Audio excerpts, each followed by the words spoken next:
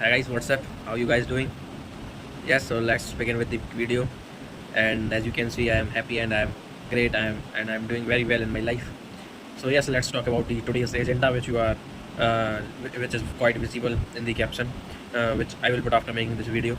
So yes, let's talk about the agenda, the pendency of cases in Indian courts.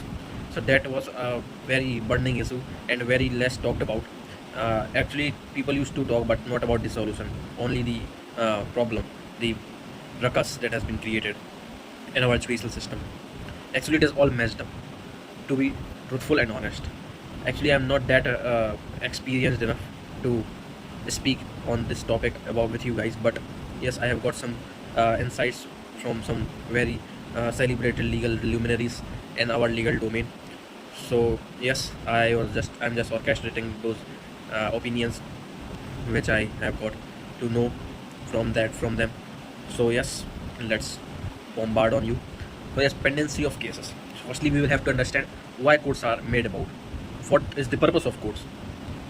So in our society, if people are there, if human beings are surviving, there is a huge tendency of disputes between them, and there should be a dispute resolution arm in our society, and that is where the role of judiciary comes in. The judges sit in their institution like courts and they deliver justice. When two people fight, if there is no court at all, then they will resort to violence. They will resort to bomb, guns, swords. So uh, to escape to escape from all of these things, there is a judicial system that is created for a long time ago. So that's the main purpose of judiciary. But that purpose seems not fulfilled for a long time, owing to dependency of cases, inefficiency of judges, not a proper infrastructure of courtrooms, and last but not the least, low density of judges per person. Actually, it is beyond redemption of our judicial system. It is like a building which has lost all its strength and all. It is like jarjar, what we say in Hindi. It is you cannot uh, repair it. It is beyond redemption. But yes, that is a big issue. So let's deal with it. What is the real problem with our judicial system? So actually, first thing is we understood what is the work of judiciary and how do they work. Let us put some light on it too. They do mainly the interpretation work, interpretation of the law. Mainly the appellate courts, which are the High Courts and Supreme Court of India. They do the work of interpretation of law or statute, for that matter. So interpretation of law or statute. So first and foremost thing, why does that interpretation even require?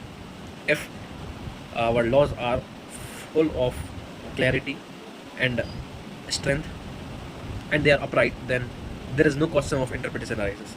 Only because there is some ambiguity in various provisions of law in various subject matter, the question of interpretation comes, and there the judiciary indulges.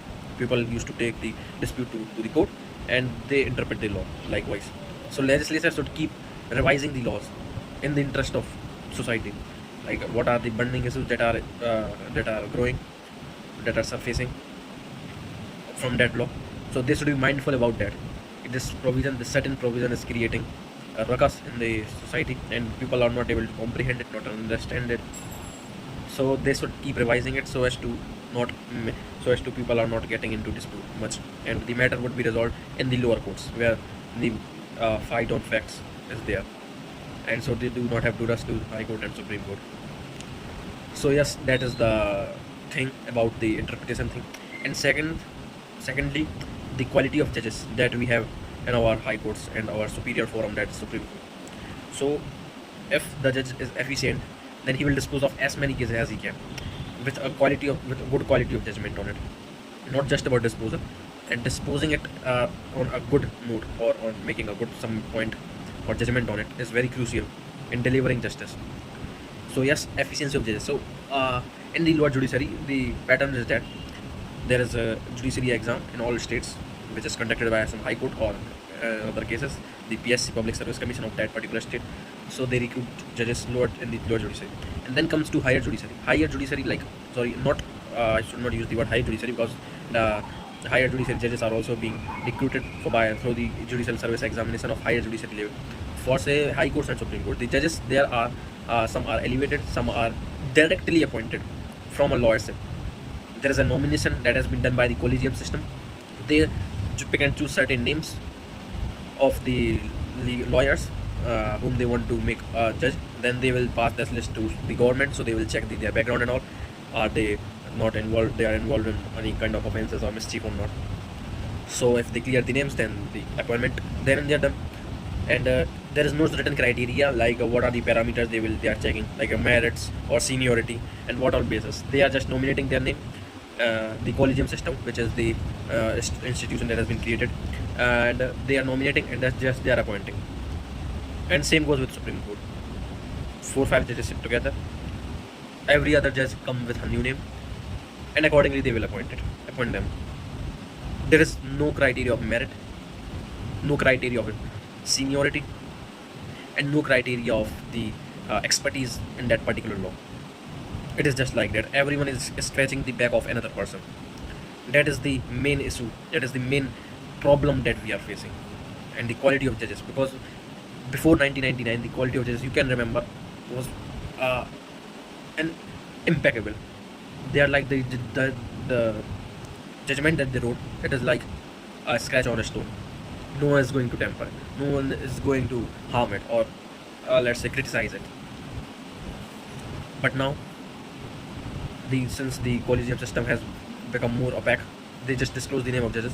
They do not disclose what is the criteria, what are the parameters that they have used to recruit them. They just recruit and then say that we have recruited this number of judges on High Court and similarly in Supreme Court.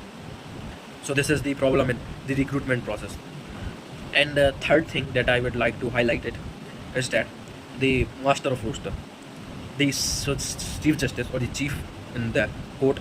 I'm just talking about the appellate court because law judiciary is kind of sorted. They recruit through the examination, so there is less chance of discrepancy out there. So in the appellate court, so yes, master of roster, the chief of every court, and High Court or Supreme Court, they just distribute the business of roster, and they just distribute it randomly. I don't know what is the exact mechanism, and actually it depends on court to court basis. But mostly what they are doing, they are just distributing the business and randomly.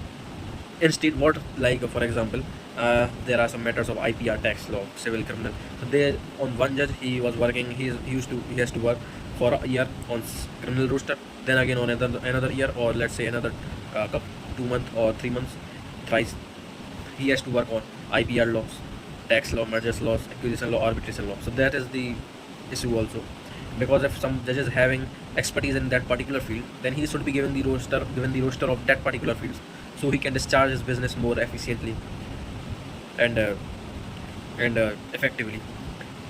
So yes, this is the three things that I wanted to put forward about the judicial system. And fourth thing, which is a very ancillary type of opinion, but let us discuss. It has come to strike into my mind right now, so let us discuss about that too. So how the judges are appointed in High Court.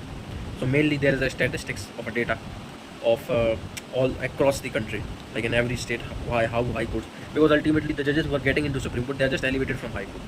So first we have to fix the appointment process in High Court. And what is the reality, in the ground reality? On an average 60% of government council, or let's say the state government standing council or central government state council, they are being appointed to the High Court directly. So what is the message that is creating in the minds of people? That if you are having good terms with the government and you have good setting, then you can become the standing council. Then that is a gateway to the High Court, to become a justice at High Court, and thereafter the Supreme Court, obviously. So that is the lacuna, and that should be fixed, because that is the impression in the minds of people, that if you have good terms with the government, then you can become the standing council, and thereafter you can become the judge at High Court. So yes, it is already a good. I have take a good time. So let's confine it here, the topic that I was discussing about. So this is the few insight that I would like to discuss, and please care to drop your comments, like which point you highlight, which you find the most important, or if you would like to add anything of any sort, you are please you can just shoot it over in the comment box. I will definitely want to see it. So yes, thank you so much for being here, bearing me for odd 13 minutes. So let's close this video down here. Let's call it a day. Okay, then thank you so much. Bye bye. Take care. Thank you.